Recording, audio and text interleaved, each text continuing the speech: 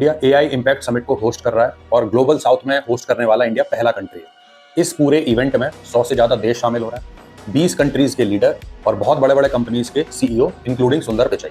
लेकिन समस्या इस इम्पैक्ट समिट में तब आ जाती है जब गलगोटिया एक प्राइवेट यूनिवर्सिटी एक रोबोडॉग को शो करती है और बोलती है कि इन्होंने बनाया, पर बाद में वो पता चलता है कि वो चाइनीज कंपनी का माल। इस घटना के बाद उन्हें तो मतलब वहां से अगले दिन ही वहां से रवाना कर देते हैं, हटा दिया जाता है उनके पंडाल को। लेकिन एक जो इम्पैक्ट इसका हुआ कि भाई इंडिया की जो इंटरनेशनल लेवल पे बेइज्जती हुई वो होगी।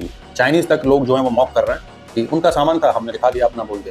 लेकिन ये सिर्फ इतनी ही बात नहीं थी, इंडिया ने खुद के भी रोबोडॉग्स बनाए जैसे कि परम है और भी बहुत सारे मशीन्स हैं जो एआई इनेबल्ड है और वो रोबोटिक्स में अच्छा काम कर रहे हैं। सिर्फ उसी पे ध्यान देने की हमें जरूरत नहीं, आगे बढ़ना चाहिए। क्योंकि आगे क्यों नहीं बढ़ पा रहा है कि आरफा खानम शेरवानी को लग रहा है कि मोदी को हिंदू विराट सम्मेलन कर देना चाहिए, तो उनको चिंता करने की जरूरत नहीं है, या उनके जैसे सेक्युलर लोगों को कोई चिंता नहीं करनी। वो हो ही रहे हैं, होते ही रहेंगे। लेकिन कल्चर को भी शो करना एक डिप्लोमेसी का हिस्सा होता है, तो इंडिया उससे अब नहीं चूकता है क्योंकि इंडिया सूडो सेक्युलरिज्म में बिलीव नहीं करता है।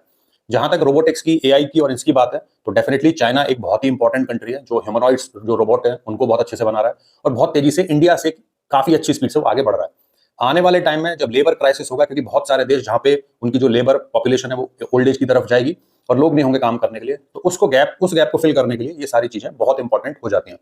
इंडिया के पास वो समस्या अभी नहीं है, लेकिन इंडिया को भी इसमें और तेज गति से आगे बढ़ने की जरूरत है, क्योंकि अगर हमें वो सुपर पावर स्टेटस को अचीव करना है